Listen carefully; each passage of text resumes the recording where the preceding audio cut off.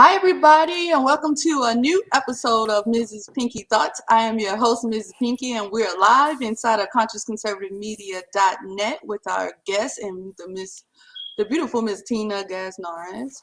How are you Thank doing you. today, ma'am? That's very kind of you. Hello there, beautiful Nicole. It's so good to meet you and be with you today. I'm so excited to talk with you today.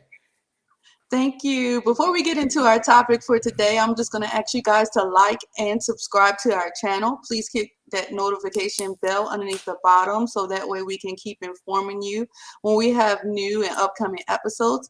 Also, if you would so kindly like what you see here and want the channel to continue, please be kind and bless us at my Cash App at the top at $ Ms. Pinky 85 or at my paypal.me/Ms. Pinky 85. And here we go. Thank you. So how are you doing today, Miss Tina? I'm doing really well. It was one of those really busy days, but it was a productive day. So I call it a success for sure. How are you? I am great and I'm awesome. Glad to be here.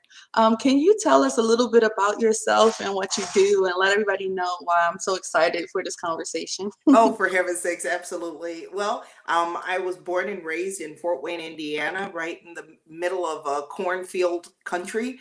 And I grew up actually with 11 brothers and sisters. I'm number 8 of the 12. And I love my community. So I've always been the type of person that connected to community was something that was really ingrained in me at an early age. And when my husband and Javier and I've been married for 34 years. It'll be 34 years next month.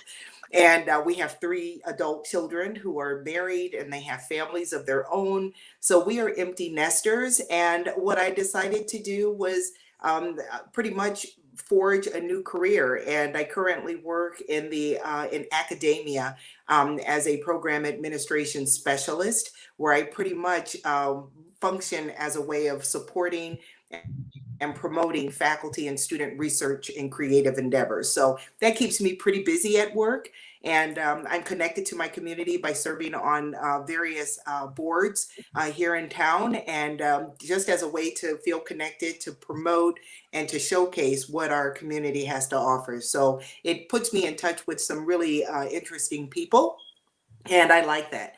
And just as a aside, one of my passions is cooking. I actually have a background in culinary arts, and since my kids have when they were really elementary school, then I started acting with them on the stage. So I have actually used some of my time as a way to act on stage, and also I'm in some commercials, and so I keep myself pretty busy, and it's good for me. It feels like now this is my time, now that I'm the empty nester. So I enjoy staying busy with things that are interesting to me. So it's been a great ride so far. Awesome. Can you tell us a little bit about your career before you became, was it always academia or is this something that you decided later in life? Actually, it was kind of interesting. I started out when my kids, because I was a stay-at-home mom up until the time my younger daughter, my youngest child, went to kindergarten. And what I started doing, because I'm home, so I was always the type of person I love to volunteer. So I started volunteering in my children's schools and in various classes, especially in that really peak time, kindergarten through about maybe third to fourth grade. I always did something. If I wasn't in the classroom helping with students who needed extra help with their flashcards or their spelling words and that sort of thing, then I was copying papers for the teachers in the classroom. And that was one thing that I actually learned: when you put yourself out there as a parent, is there anything I could do to help? A lot of the really exceptional teachers usually said, I could use you. So it was a wonderful partnership, a wonderful time.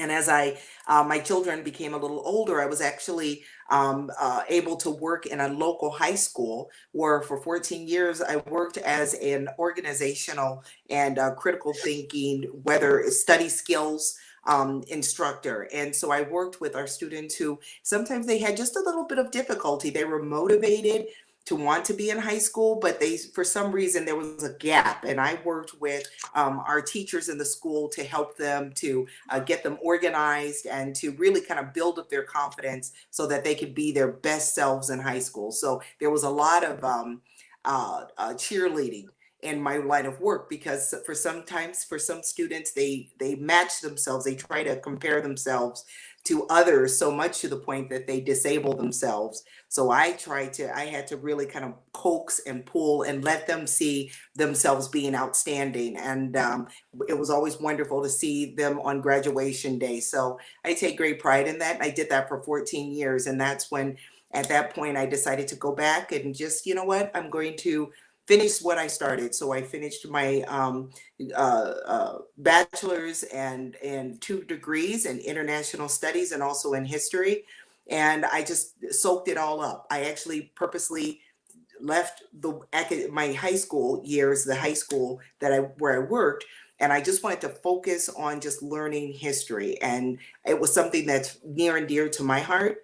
And I enjoyed it so much that I just said, okay. So, and once I went to the local university, Purdue University, Fort Wayne, I decided I want to stay here. Oh, sorry. Sorry, y'all. We got a little technical difficulties right now. We're trying to see if we can get Tina back.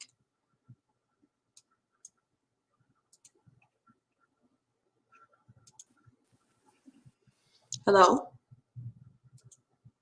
Oops.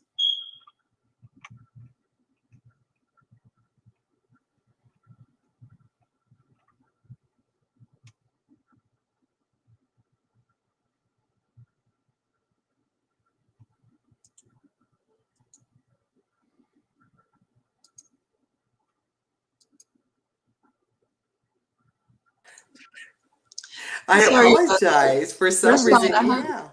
I have a storm going on right now. You might hear it in the Oh, background, so it might be on okay. my end. But Oh, okay. can you go back a little bit and we can just pick up where we left off. It's Oh, okay. sure, sure.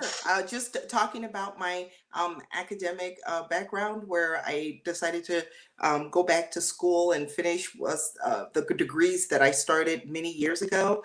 And then once I did that, then I decided the university where I actually obtained my degrees, then I decided to stay, and that's where I am to this day. So it's been about maybe 5 years. I just celebrated my 5th anniversary working there, and I enjoy the work very much. It's good work to be able to see research from the idea starting and then the completion of that. So it's a wonderful, wonderful place to work. So keeps me pretty busy, pretty busy. And exactly, you said that you worked there for 5 years. Exactly, how did you get connected with Felicia Killings and the Conscious Conservative Movement? How did that come to be? Wow. Well, I'll tell you what, I wasn't on Twitter very much, but I had ideas in my mind, especially as I kind of formulated them, whether I was reading someone in various social media groups where I would kind of connect with, that's similar to what I think or I believe. And I was searching is what I was doing. And one thing I noticed when I actually came upon one particular social media darling, and I started following this individual. And then over time, I started saying, wait a minute, that's not exactly what I'm looking for. And then I happened to come across a tweet from Felicia. And I said, now that's interesting. That's an interesting take on this. And she was mentioning something in particular about Black culture and I loved how she was so eloquent about her politics and social issues. And so I started following her. Next thing you know, I started engaging with her and just kind of commenting. And then I noticed she would comment back. And I said, wow, I like this because now we can have a conversation. And it was then when I learned that she actually had her own network. And I said, I have to go. So I ended up joining and I started doing some of the readings. And I knew that she was an author. And I read one of her books and I said, I got it. I see it. It's very clear. And from there, I reached out to her on a personal for a creative endeavor of my own. But I liked what she brought to the table, and because it was truth, but it was based in respect and responsibility, and it actually had heft to it. It wasn't just spewing something, but there were actually solutions to what what she was talking about. That's what appealed to me. And as we talk about the things that we talk about tonight, and we're talking about empowering parents and solutions, what have you been seeing lately in the last 5 years, or even with your own kids, or even Hmm. if you have grandchildren? I do. What have you seen has been troubling students lately, and things that you would like to discuss tonight that Hmm. you think that a lot of parents should know and should Yeah. understand when coming into educating their own children? Oh, sure. Nicole, I think more than anything, I think parents they're sort of kind of wandering on their own, if you will. And this is what I'm seeing, where it's almost like there used to be a time when I grew up in the 70s and 80s, when teachers were the true instructors, where they partnered with parents and they worked to bring forth the best out of their students, meaning the child. And that was how I formulated my own parenting style. And it was one that I was connected to the school, to the curriculum, to the teachers. And that helped me to really stay connected to my child, in essence. When you think about your child going to school for 8 hours a day, they're not with you. So, what's happening in that classroom? Do you know? Have you really taken the time, not just for progress reports, but really taken the time to say, I'd like to meet with you and I want to talk to you about my child? Because I always felt, and this was something that I've always believed, parents are their child's first teacher. You think about how a parent prepares their child for kindergarten, and you think about the work that goes into that, whether it's manners, good manners, how to stay seated, following directions, and also how to just some of the basics, tying their shoes, working on puzzles, all of that. So now what I'm seeing with parents, it's almost like there's an uncertainty. Am I doing the right thing? Is this what I should be doing?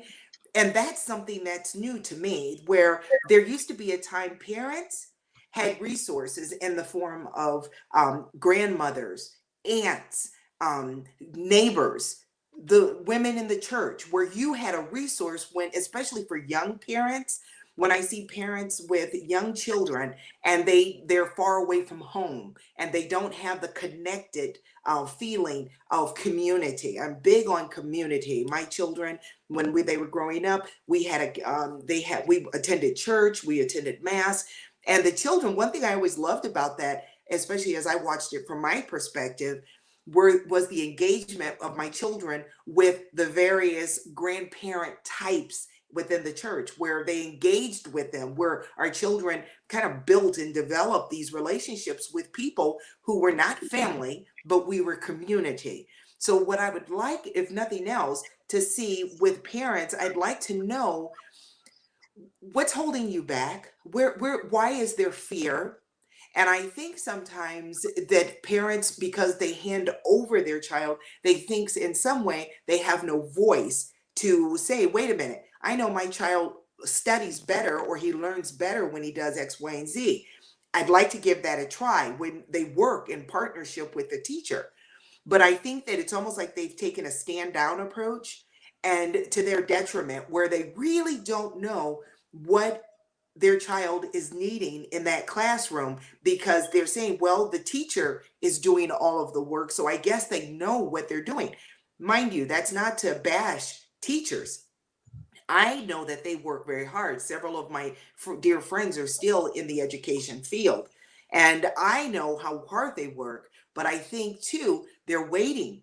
I think you can ask, hey, would you do this? I remember there wasn't necessarily, when my kids were younger, there wasn't a letter that went out that said, hey, we need parent volunteers.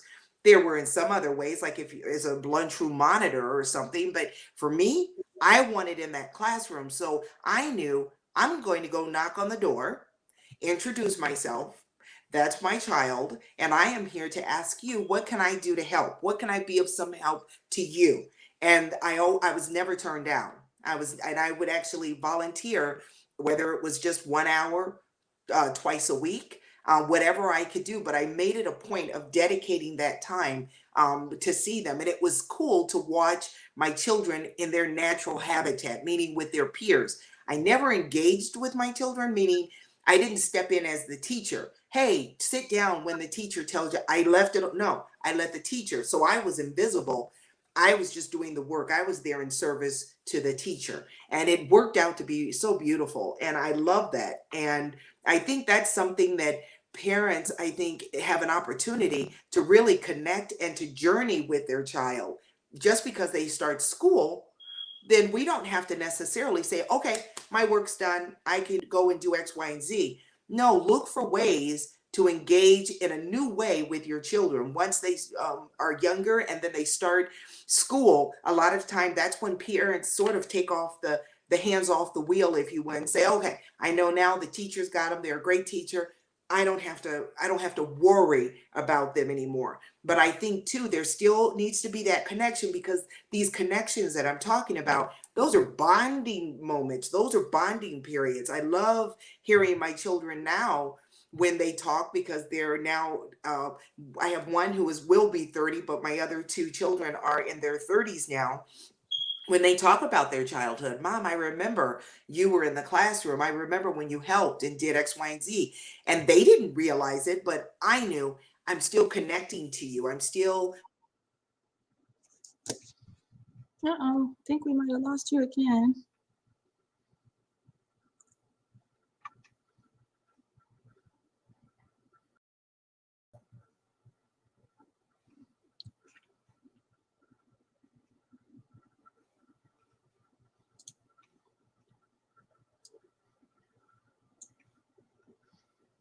Sorry, everyone. I'm just trying to see. We're having a little storm going on right now, so I'm having a couple of technical difficulties. We'll get back with you shortly with Miss Tina.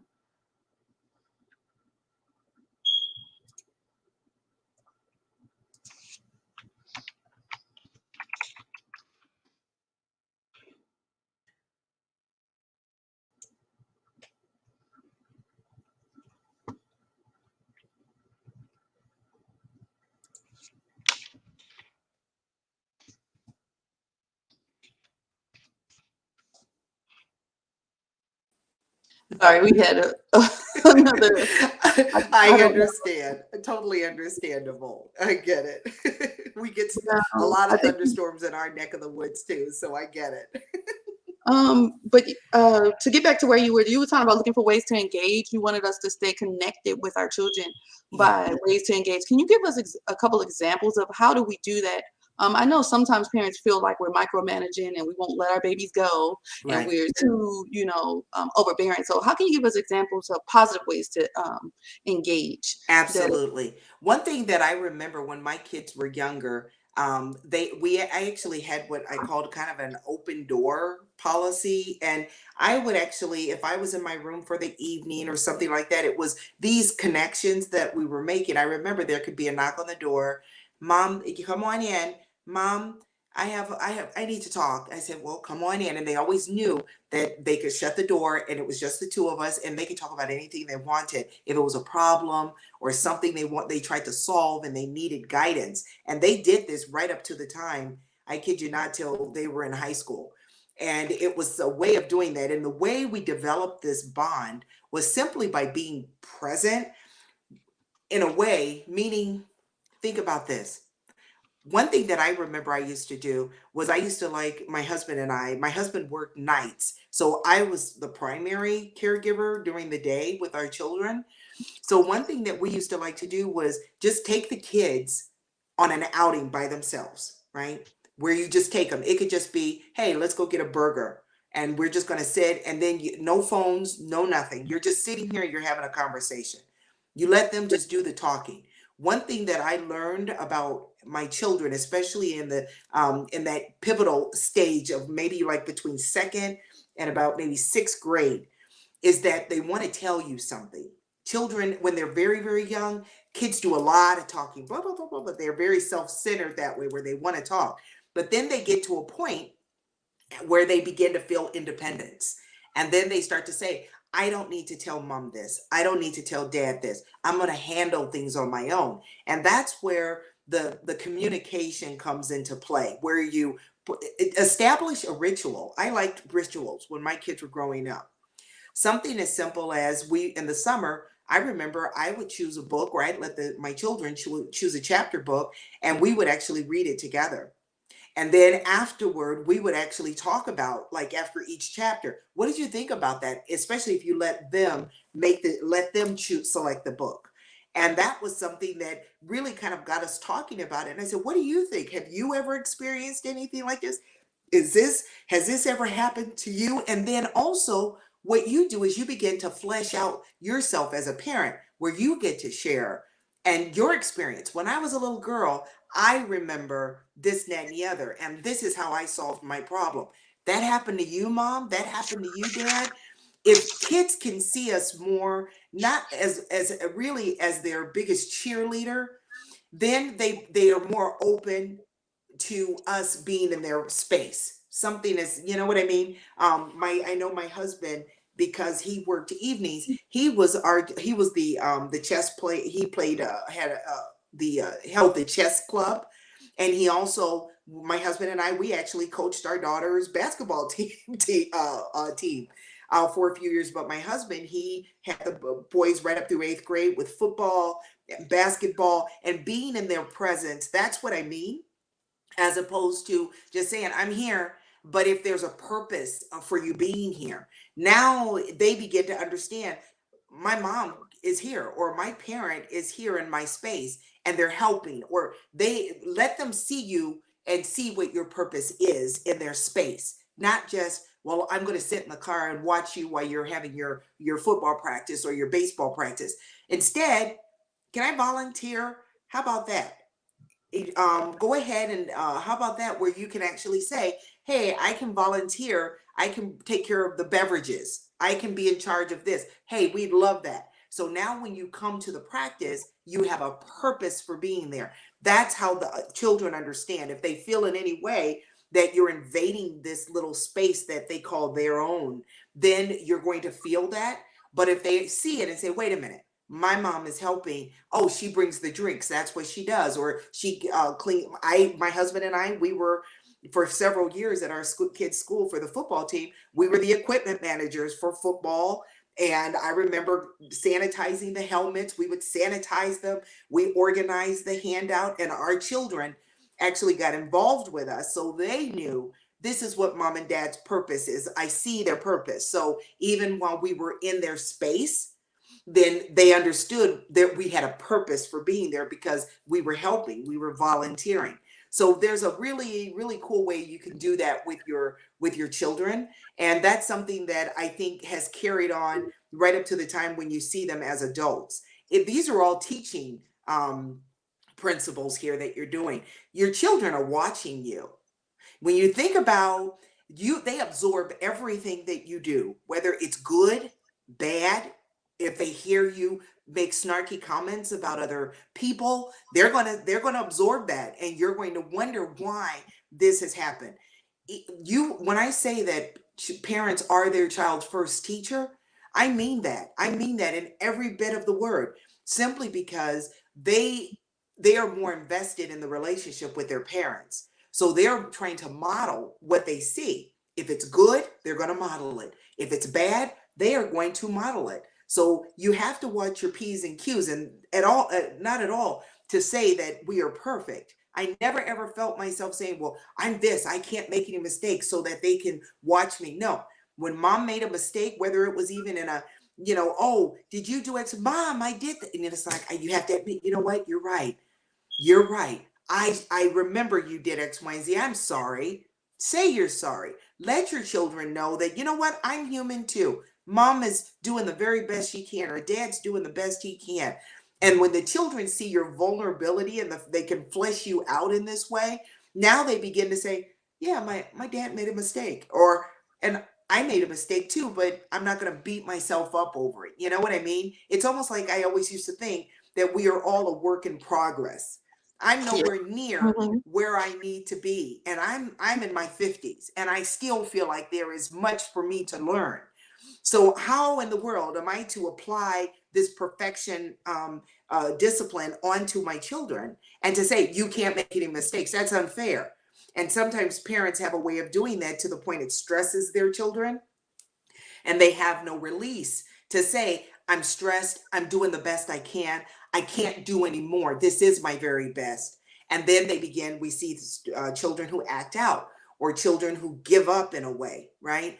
And then they wonder why through the teen years, then it gets, I don't know what happened to them. They were always this. And well, now, that they become teens. Now it's a game changer. Now the influences are about. That's when they begin to identify with groups and they want to be a part of groups and they are trying to find their place in groups. And that's when parenting really ramps up. See, I felt like 18 years, hey, I always felt like when people used to say, oh my gosh, these are the easy years. And, when the kids are little, I said, you know what? My work has just begun. I always saw it as my mission. I said, you know what? Everything else that applies to me, it goes on the back burner. Now, priority one are these kids. And that was how I really parented. I wanted to make sure that I was in their sphere and that they knew too, hey, here's what's right, here's what's wrong. We're going to have a conversation about that, even in when we had to discipline our children, where we had to talk to them and say, do you know what happened? Talk to me about this. Why? Understand why you did X, Y, and Z. Let's talk about this. Let's have a conversation. So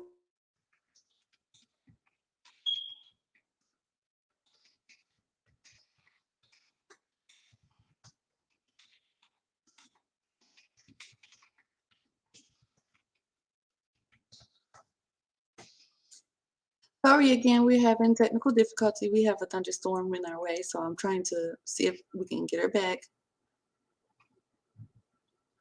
Just please hold for 1 second.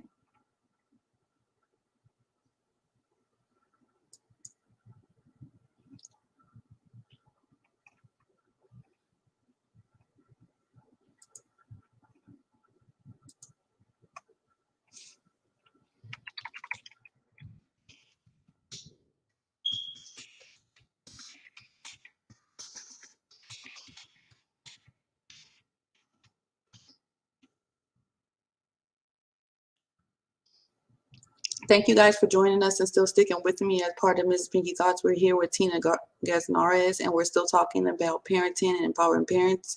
While I have you guys for a break, I'm going to ask you to please join us at consciousconservativemedia.net if you haven't already. And please, you also can invite people to join our channel to come over. We have a book club. We have Conscious Conservative TV on Thursdays. And everything else. So we're trying to get Tina back as soon as we can, because she has some awesome information about parenting. Oh, there she is. Sorry. I know people who watch the playback are gonna be like, "What happened? It keeps happening." Yeah, what happened? We're taking a break. Yes, and I used it as an opportunity to let everybody know that they can join consciousconservativemedia.net for free, and they also can bring friends and everything. And it's a place to learn and to grow, and and we have channels and everything for that. Absolutely. So back to what we were talking about. You were explaining about how we get involved with our children in the early years. We don't wait until they're teenagers and then freak out. That's right. That's right. That's so important, because I think when I talk about the bonding period, it doesn't just happen with baby and then all of a sudden they go to school and then, okay, they're on their own.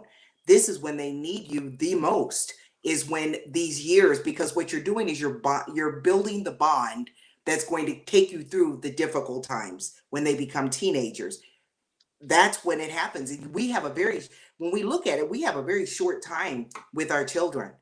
And so for me, it was always very important for my husband and I to really be in their space in just ways. Something is silly. I'll give you something that we used to do. We used to have something called buffet night in our house. There were 5 of us, and we used to love that because first of all, I got to clean out my refrigerator.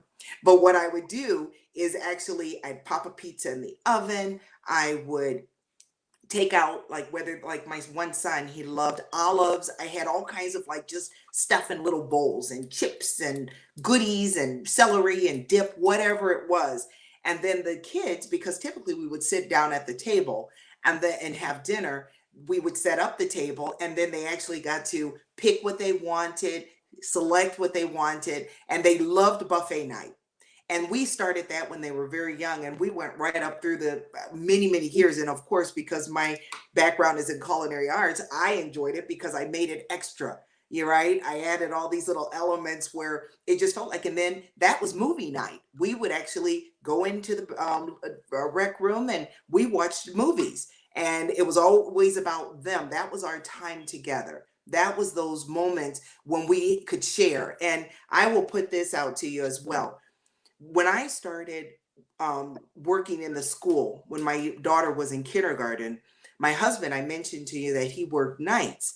And so we didn't have the traditional evening dinners, which I thought was always so important, because that's when you really, when you're eating and you're at the table, then there's a lot of communication that goes on that you can talk. No cell phones, no nothing. You're just, we would actually turn on a little music and this sort of thing. One thing that we did, because my husband would come home at 6 in the morning, we made breakfast time our family time. So I would get up, make the coffee, get breakfast for the kids, get the kids up and ready. And then by the time they were coming downstairs, my husband was just coming home from work. We'd all have breakfast together. I turn on music, have music playing, and we're talking about our day. What are you going to do today? Oh, I have a spelling test. You know your words, da da da da da da. We talked about everything, everything. And then after that, I got the kids. Okay, get your book bags. It's time to go. And I'd take them. And then my husband, he's home and he would rest until he got up and ready to go to work the next day. So our breakfast time was our family time. That was our dinner time. So you flip it, you make it work for you, make it work for you. And I think sometimes with social media, this is prior to social media, so I didn't have that social media kind of out there. This is what we do. I use this. I spend this much money. I do this. And where your parents compare themselves to what they see on social media, then I used my imagination. I used what was okay. I was resourceful. I relied on, okay, here, we can't have dinner time together. How about breakfast together? Yeah, let's do it. And we did. And I mean, I always felt like breakfast was the most important meal of the day. So I would, the waffles, the pancakes, the oatmeal, whatever. And so they got a good meal. That was the meal. And that was something that was important to us. And everybody was invested. Everybody bought into it because it was ours. It wasn't like we're some of their friends. They always have dinner together. But for us, it worked out and it was wonderful. And right up through the time our kids were in high school, the same thing happened. So it was wonderful. And that was a magical time. And those are memories that will stay with me forever. Seriously, just because I remember those conversations. What do you think is the thing that's holding parents back nowadays? Do you think it's the court system, the legal system, these activist movements, I don't think parents, I political? don't think they know what to do anymore. I do know that some of the young parents who have had children that I know, they're now making the move to teach their children. Now they're homeschooling and they're making the decision. We're talking about parents with 3, 4 kids, more, and they're making the decision to say, I don't like what I'm seeing here. They're making decisions. And I think that is something to be celebrated. I don't berate educators. I have friends who have taught in public schools and private schools. I don't get into the necessary that part, but I think the messaging, it's not school anymore where you learn reading and writing and arithmetic. Now there's elements that are being inserted to our children that we may or may not agree with, right? And I think that's when parents really need to start to parent fearlessly, where they're now thinking to themselves, I can do something about this. And I will tell you what, just in one short experience with me, when my oldest son was starting kindergarten, we received a letter from the public school system, a letter telling us your child is now of age. This is the school they're going to attend. Thank you. We look forward to having them X, Y, and Z. I read the letter and I was just in my 20s. I'm a young mom. I'm excited about kindergarten. But then I said, let me check on this school. It wasn't familiar to me because it was in another neighborhood. And I said, let me check. So I opened the newspaper and I know they used to have a listing kind of like a ranking of all of the schools, right? And the schools with the highest scores, the schools with the lowest scores, the schools that were even on probation, meaning they suffer so much with testing, behavioral absence, all of that. They are now on probation. That was the school they assigned my son to attend. And I looked at the letter. I asked my husband, do you see this? This is what they think of our son. They want our son to go to the poorest performing school in the city of Fort Wayne. I cried because I said, I'm angry and what am I going to do? And I felt at the time very helpless because I wondered, what can I do? This is the school my child is going to go to. But then I started thinking again, I got resourceful. My husband and I had a long conversation. We started talking about private schools and how we envisioned our students receiving how we wanted them to receive a quality education. And we decided we're not going to let the schools dictate to where we're going to send our children. We're going to make that decision. So shortly after, we ended up driving about maybe 5-7 miles from our home, and we went to a private school and we enrolled our son. I mean, we were not. I mean, we had to look at our budget and everything because my husband.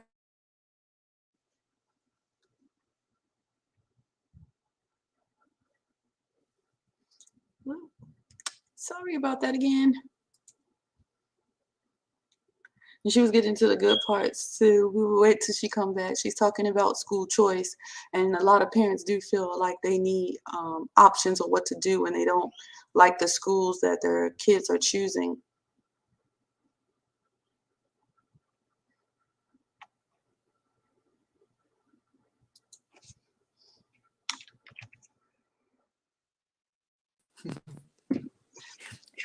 That one was As a yes.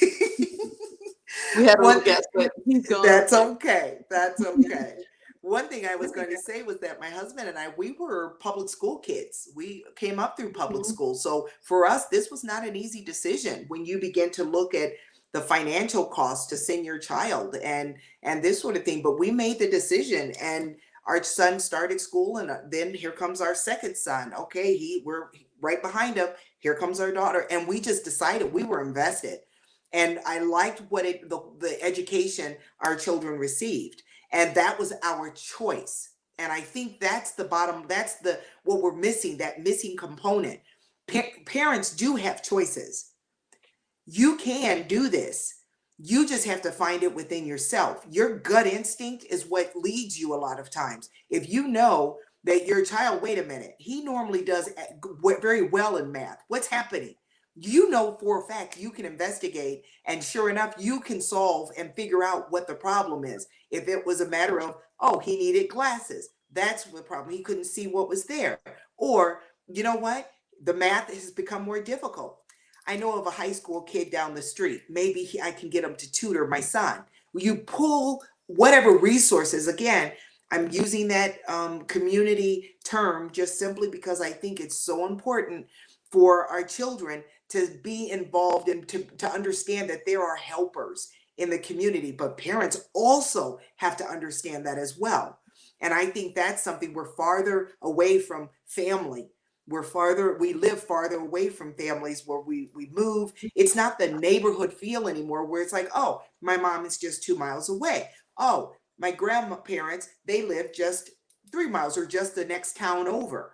Now we see states and that are this distance, and that's leaving parents isolated and feeling almost like, well, where's my help and where's the support and the resources? So I think that the parents, they have decisions that they can certainly make, and I know that my husband and I, our decisions did not come easily at all. Even when I decided to stay home with my children while they grew up, that was something that was important to me. I never ever disparage anyone else. If you work and you work for your family, then I salute you. I don't disparage parents. But what I got out of it, it was something that as a young mom, I wanted to be in their space. I'm all about that. I'm that way with my grandchildren now, where I will take one of my grandchildren and then I just have a date with them. I feed them. We go to a restaurant and they just talk. I have a 3-year-old granddaughter and she just, Nana, Nana, and she just wants to talk about everything under the sun. And that's okay. That's okay. Letting them just have that space because that's a bonding moment. That's a bonding moment. So that's something I think parents can do. I want to challenge parents to be able to say, you know, I can do this and do it. Trust yourself. You really know more than you think you do. It's okay.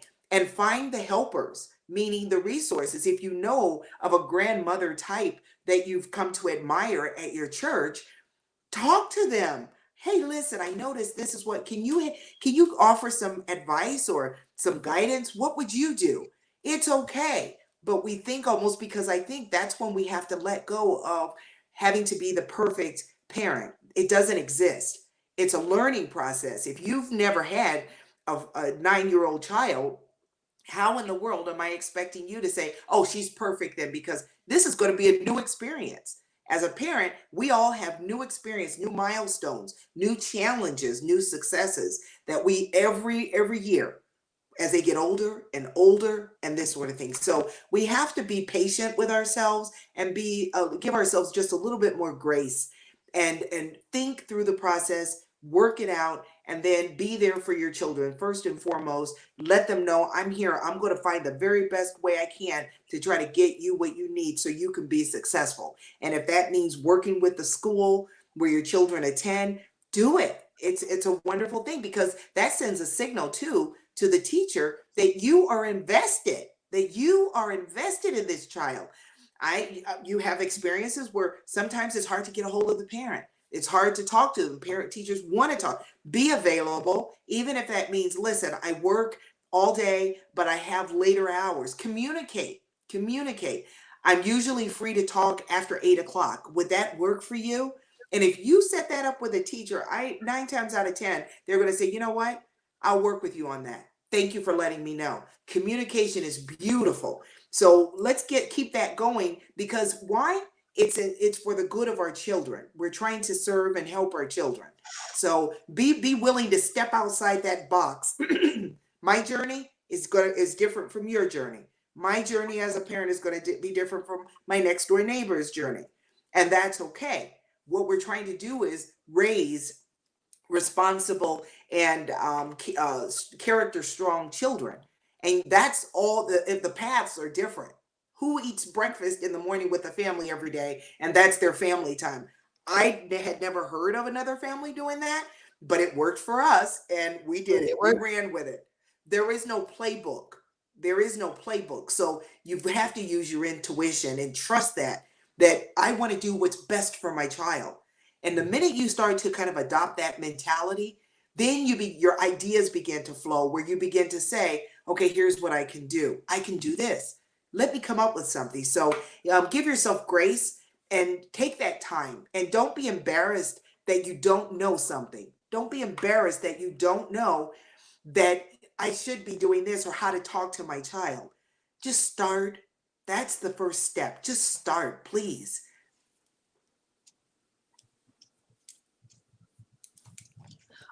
Also, you said you worked you helping parents with K through 12, and you're working in your academic setting.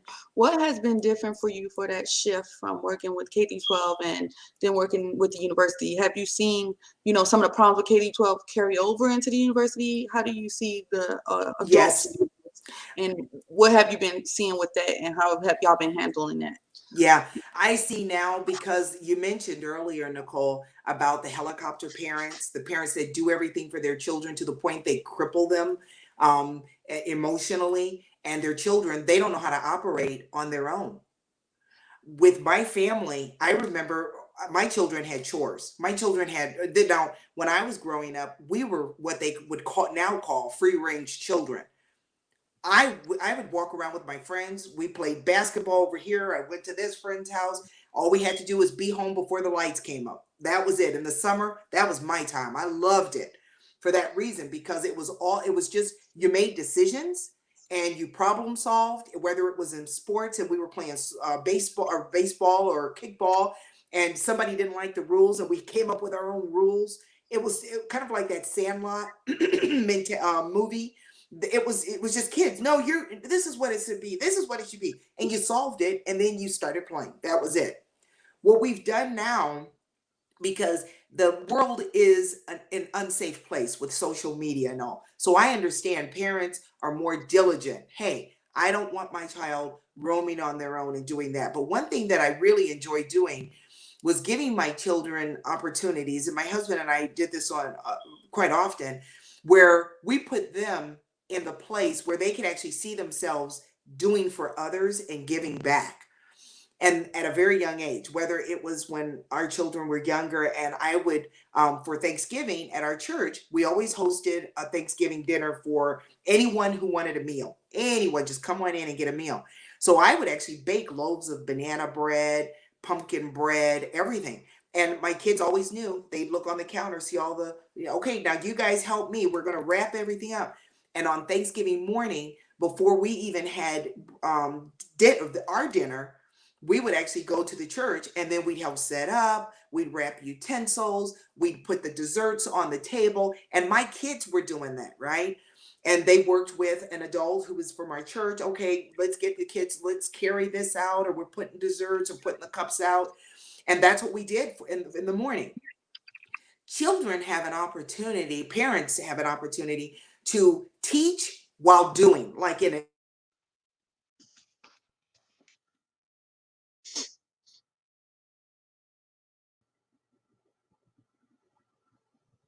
I think we froze again. I'm sorry about that. I know she was getting in it good. I was listening in it too, talking about helping and getting the kids involved in local communities. We'll see if we can get her back really quickly.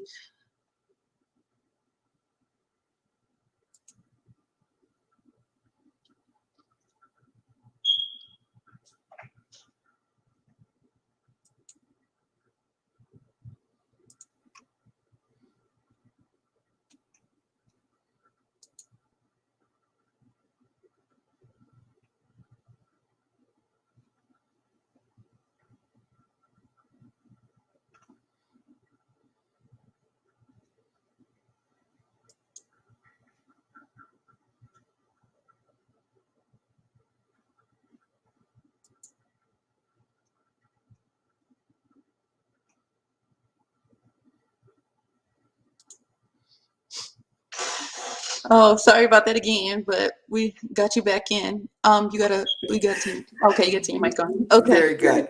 thank So, you.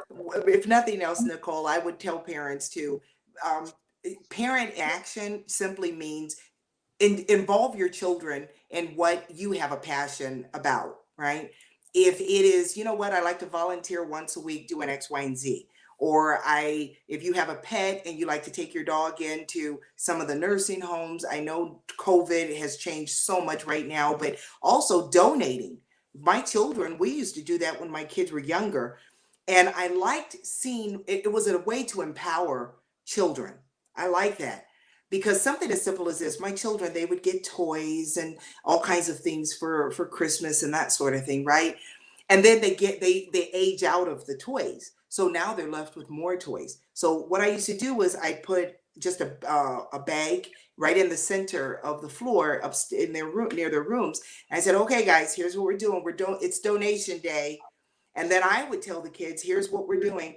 I need you to take the toys that you want to get rid of. You're not playing with them anymore. I never took toys from them. I always let them make the decision.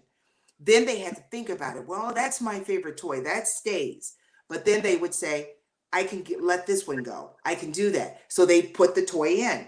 And then after we had a nice size, whether it was a box or a bag, we would actually take the toys to our local Goodwill or some other place, and then we would actually I'd let them load up and unload it and take it right out there. So it was really a great time because they got to see themselves giving back, right? Doing something, giving of themselves, and yet they still got to keep their favorite toys and all. So I like the idea. I think what it does, that's part of building character, and it helps them to see the world through a different lens. It's sometimes we shield our children to the point that they're crippled by the time. And when I use that, I don't mean it grossly. I mean where we You disable understand? them, Hmm. right? When they become adults. I had no idea that there were homeless people. I had no idea. And Yes. for my children, they saw that firsthand through our very Hmm. church, which was located right in the center of the city. And we saw the homeless, we saw the need.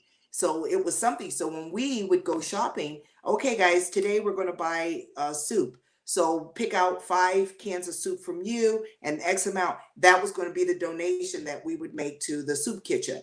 So we did things like that. And it was just something that I always involved them as a way of being able to say, look at me doing something kind for someone else.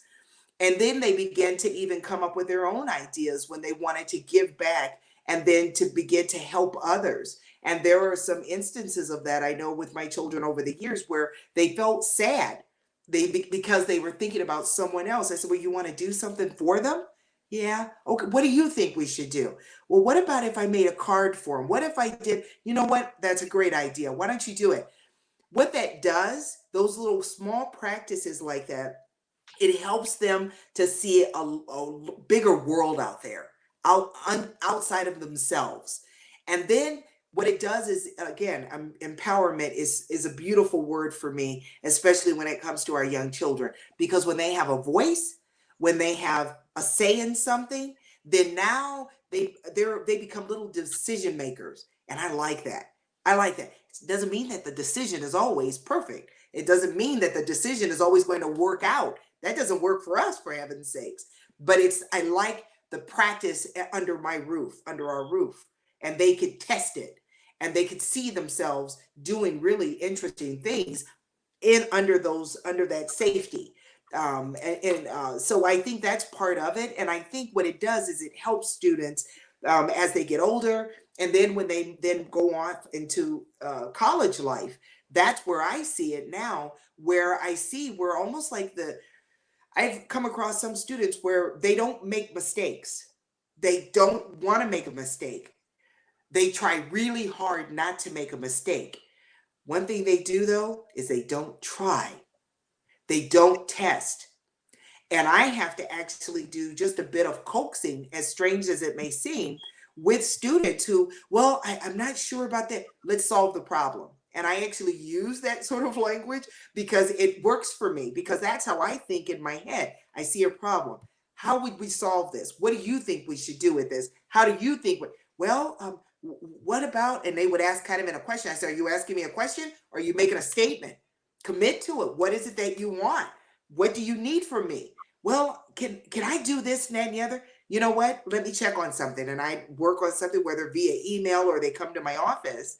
And then next thing you know, yeah, I can work with you on this. Here's how we can solve this. If you do X, Y, and Z, then I can get you that. Okay, I can do it. I'll do it. And now they see themselves starting to at least take a lead in their lives. And that's something that for a lot of students I'm beginning to see in the 5 years I've been there. It's changing in a way because students, young people are more needy at the age of 19, 20, when it's like, ah, you should be a little bit more, hey, I can take care of this if I know where the resources are. If I don't have this, I know who I can go to. But parents have to stand down at a time in their children's lives and imagine this, Nicole. When right now you're raising your child, yeah? You're Hmm. teaching him. You are giving him lessons. There are mistakes. He is learning from them. Do you know what you're doing? You're actually, imagine a toolbox. Imagine a toolbox. If parents imagine their children are holding a toolbox and these lessons are being put into this toolbox. Oh, I made a mistake. I'm not going to do that anymore. That goes into the toolbox. Or, hey, I came up with this great idea and I was really successful at it. That goes into the toolbox. What happens when we let our children out into society when they become 18, that's kind of the legal age, but if they go off to college, they're still kind of in our care. Then what happens is now they're going to utilize those tools that you've helped fill for them as a parent. That's when you know, especially when sometimes my daughter says this to me. She says, "Oh my gosh, mom, I said this and that and the other. I reminded myself of you so much." Why? Because it's the toolbox. She has the toolbox and she's utilizing. I remember this is what mom did, or I remember this is what dad did. And that's what I mean. So it's a metaphor of what we teach, of our teachings, of our values, of our building character, all of those types of things. It actually comes in the form of that toolbox. So once we let them go out into the world on their own, then we're hoping, we pray, utilize what you've learned. I've given you everything I could give you so that you could be a success. Now you go to work. Now you make the decisions, even with the mistakes. But if you just stay true to what's been taught to you, you're going to be just fine. You're going to be just fine. So I think that's a way to kind of imagine it, a toolbox. But I think that then um, the young person would know that by the time they do reach college, they know where to go. They know where, hey, I know where to find this. They're going to have that empowerment gene where they're going to get things done. And that's going to be wonderful because when children see themselves being outstanding, that's how what builds self-confidence. I don't have it in a little bag and I can't place it in their hands and say, there's self-confidence for you. You want We to, def- you want want to. You want to, but what I see it as, I used to watch my children's self confidence grow by them doing things when they were in action, whether it was making that shot. Oh no. I'm so sorry we having so many technical difficulties. We usually don't have this many, but it's just such a stormy night tonight.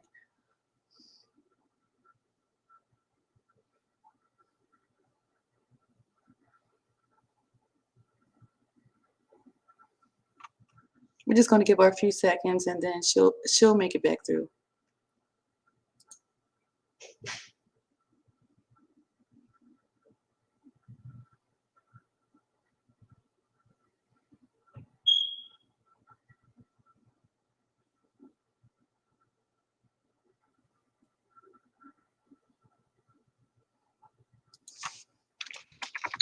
We were, for anybody who just coming into here, we were just talking about empowering parents with Tina Gasnarez. She has 14 years in academics, and she's back in it, working 5 more years in the university system.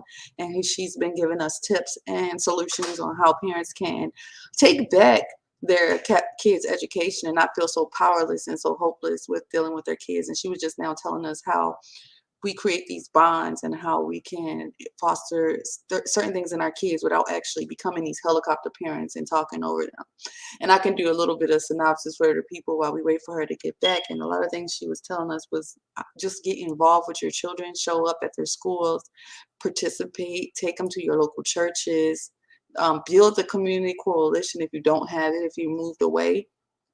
Say you don't live near the grandparents or the aunties and uncles, you can do that.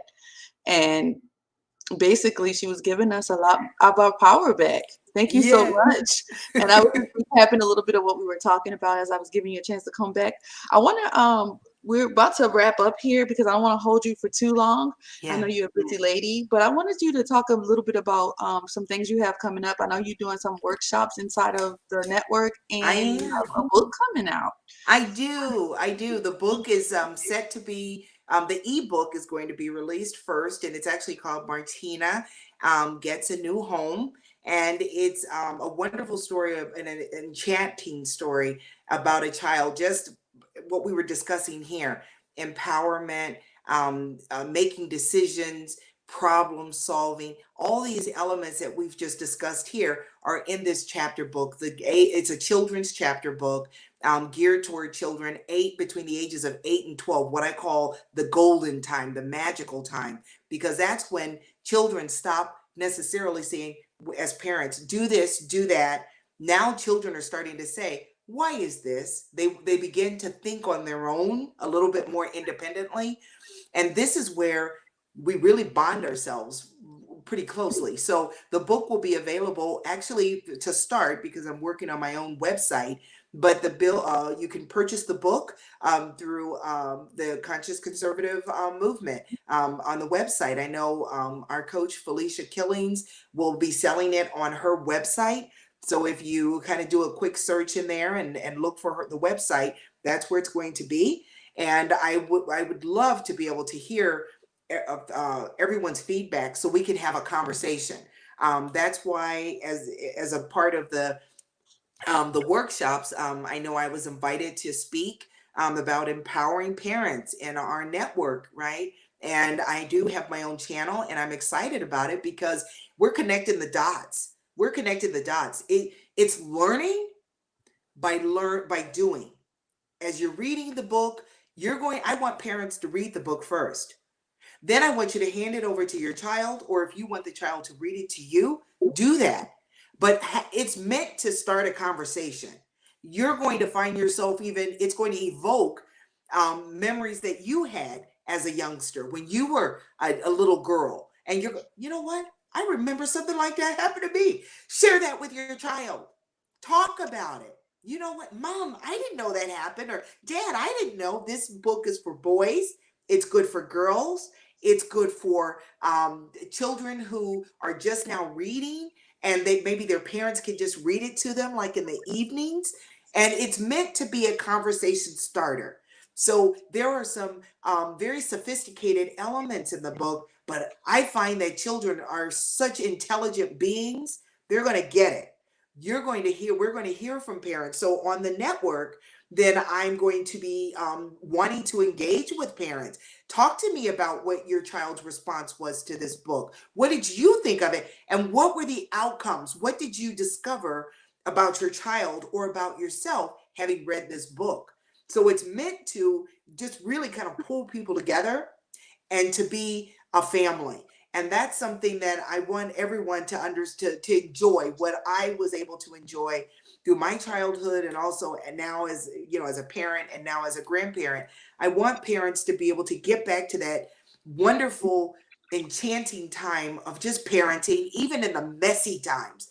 I'm a realist. We've had the messy times. For me, I've enjoyed working through it, and because I see at the end of the day, they're going to be adults someday. It's still my job to stay in the game, to stay on the job. And once we did, and to this day, our bond is even stronger than ever. And now I have the full benefit of having lovely daughters and son-in-law, so it's worked out wonderfully for that. So for me, so it's been a wonderful blessing. And I'm excited about the book. I'm excited about the conversation that it's going to start with families, because I want talking. I think that's what we're missing. It's almost like a missing component. What's happened? You know what? We don't put the phone down and say, you know what? Let's go for a walk. What do you mean? I just want to walk. I need to get out and get some fresh air. Come on, let's go. Next thing you know, you start walking. You know what, honey? You can ride your bike. I'm going to walk.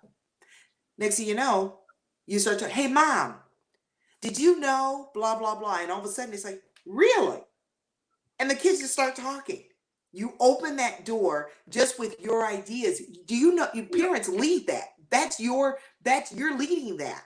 You're leading that. And if you've never, I tell some parents, if you've never even had the benefit of a strong family upbringing and that sort of thing, you know what I like to use? My imagination. The same way as I wrote this book, I was thinking about, and I was really thinking about my own childhood and my own upbringing, and the way that my life was configured as a child. A lot of those elements are in this book simply because it was a magical time. It was a magical time. And so, yeah, this girl, she may have those elements, but she's her own person. But one thing that I always loved was the fact that I can use my imagination. And one thing that I did as a child, something as simple for me, I'll use an example. I never knew my grandmothers. They were both deceased before I was born, right? So I never had the benefit of baking cookies or eating my grandma's cooking, or I never had those elements. I never had that experience. So I used to imagine, and I mean, my whole life, I never had that experience. So I used to think when I was a kid about the things I would do with my grandma. If she were alive, this is what I would do. This is what I would do. I would do this. You know, to this day, I have 5 grandchildren. I'm actually doing exactly what I used to wish for. See? I imagined it, Wonderful. and that's what I'm doing. I don't have a script. I don't have the experience of having had a grandmother, but I used to think about it and wish and the yearning, and now I get to be that for my grandchildren. The baking, I bake all the time. I take them wherever they want to go. We have experiences and lots of fun, and they are just phenomenal. So for me, they are actually getting something from that. It came from a little girl's imagination of just missing and not and wondering what her grandma would have been. I'm that nana now, and I now do that. So I encourage parents to use your imagination. If you've never had that, what would you have done if you didn't have a father figure in your life and you're a father? Then you know what, this is what I would have done if my dad were here. Then be that father, be that father that you wished he were. Right? We can do that. That's a cool thing. So I'm all about using, I have more of the creative gene. So for me, I like using the imagination and getting creative with my parenting. It served me very, very well. Thank you. I'm gonna just share some of the comments. We have a few comments down and at the bottom while you were talking. You shared a lot of information with us, and some people definitely enjoyed it. Greg, who is another conscious conservative Hi, member, Greg. host. He says Yay. she is truly a gift for this. And when he says we can make this happen, he's talking about the book club. He's the owner of the book club. So once your book come Oh, out, we definitely can yay. I actually would help love put your book that. out. So I think that's what he meant when he said we definitely can make this happen. And then Mark, he's in the comments. He says, "Oh, I agree. The greatest gift my mother gave me was teaching me to love reading books, graphic novels, opened up a whole new world for me. So thank you for doing that. And you actually started something." Um, you were talking about community and everything, and now with your workshop that we have, everybody now has a new resource for parents. So parents can come in, and Miss Tina will have her workshop in her channel, and she will be able to share that with everybody. And with your workshop and with your channel now, you are an additional resource for Mhm. parents who are feeling stressed out here. And now with the CRT and COVID and everyone starting school next week, there's a lot of anxiety with parents nowadays. So now the conscious conservative movement is making sure that we have something for us as well. And thank you so much for joining us on the new episode of Miss Pinky Thoughts. And I thank you. I know we had a lot of technical difficulties, but even through that, we got the Yes, message out, and it we was sure excellent, did. excellent. And I'm definitely probably going to attend some of your workshops myself. I was a little Oh, busy with the first one, but I need wonderful. help too. So, and Yes, we're in it together. just, You're not yes. alone. Thank So you. thank you for joining us again, and I'll see you guys next time on a new episode. You have a wonderful evening, Miss Tina, and we will definitely check you out at your next workshop. Thank you. Thank you. Have a wonderful night. You too.